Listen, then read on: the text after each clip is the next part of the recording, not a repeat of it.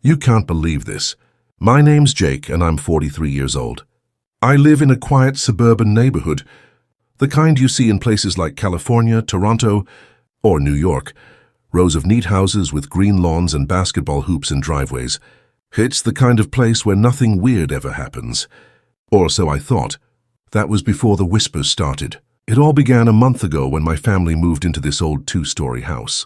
It had creaky wooden floors and a big oak tree in the backyard that scratched the windows when the wind blew.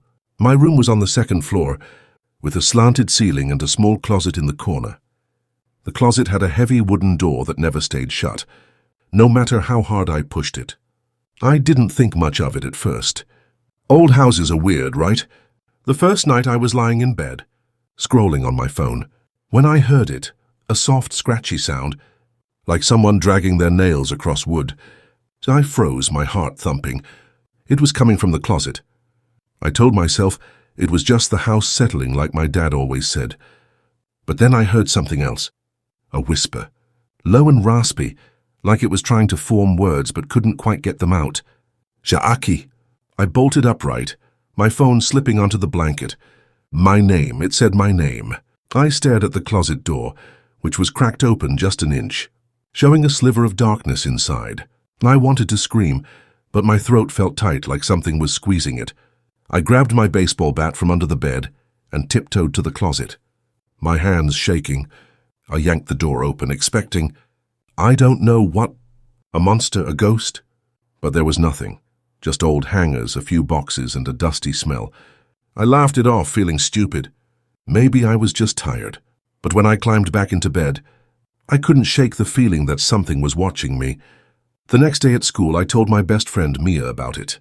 Mia's the kind of person who loves scary movies and thinks she's braver than she actually is. We were sitting in the cafeteria, surrounded by the usual noise of kids laughing and trays clattering. Dude, it's probably just your imagination, Mia said, stealing one of my fries. Old houses make noises. My grandma's place in London sounds like it's haunted, but it's just pipes.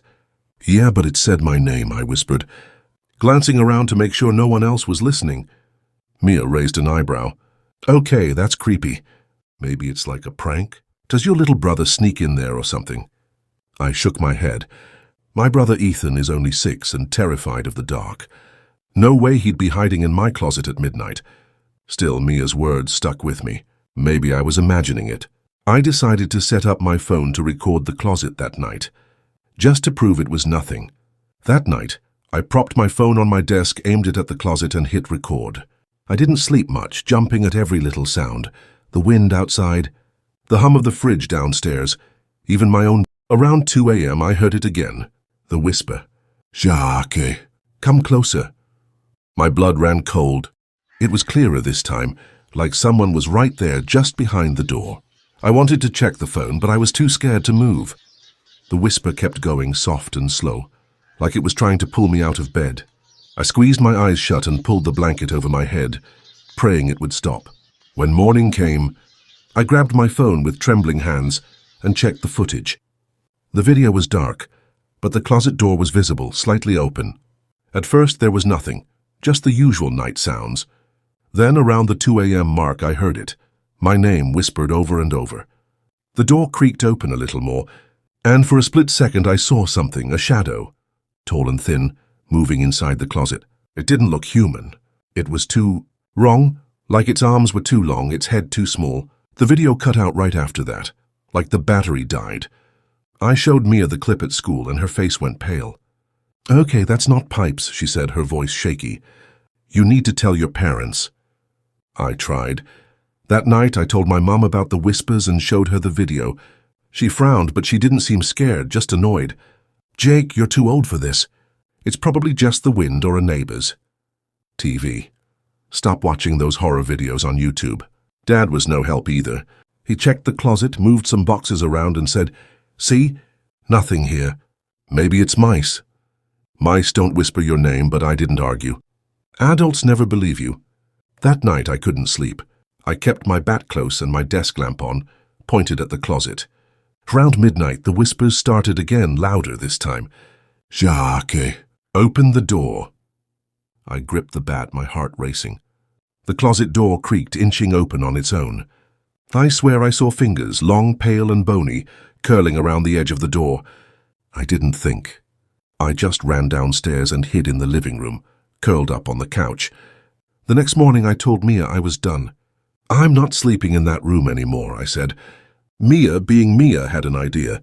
"Let's do some research. Maybe your house has like a history or something." After school we went to the library and looked up old records about my street. Most of it was boring. Stuff about when the houses were built, who owned them. But then we found something weird. In the 1980s, a family lived in my house, and their teenage son went missing. The article said he was last seen in his room, and police found the closet door open but no trace of him. People in the neighborhood said they heard strange noises from the house for years after. Mia's eyes widened. "Dude, your closet might be like cursed or something." I laughed nervously, but deep down I was freaking out.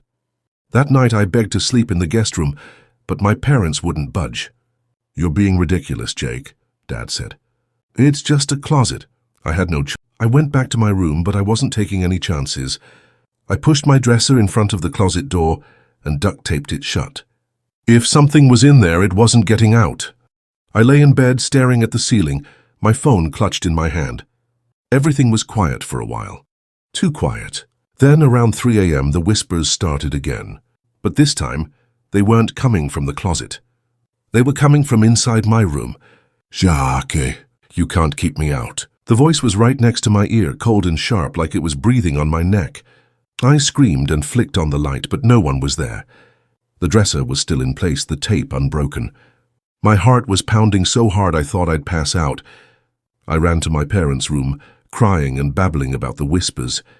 They were mad at first, but when they saw how scared I was, they let me sleep on their floor. The next day, Mom called a contractor to seal the closet shut. "If it'll make you feel better, fine," she said. The contractor came that afternoon. He was a big guy with a thick Australian accent, the kind of person who didn't seem fazed by anything. But when he looked at the closet, his face changed. "Mate, there's something off about this," he said, tapping the walls. "Feels hollow, like there's a space behind it." He pried open the back wall and we all gasped. There was a hidden compartment, barely big enough for a person to stand in. Inside were old yellow drawings, stick figures with long arms and no faces, scratched into the wood. There was also a small rusted box. The contractor didn't want to touch it, so I grabbed it, my hands shaking. Inside was a photo of a boy who looked about my age, staring blankly at the camera. On the back, in shaky handwriting, it said, "It lives in the dark. Don't listen." That night we stayed in a hotel. Dad called a priest, which I thought was overkill, but I wasn't complaining. The priest blessed the house and told us to burn the box and the photo.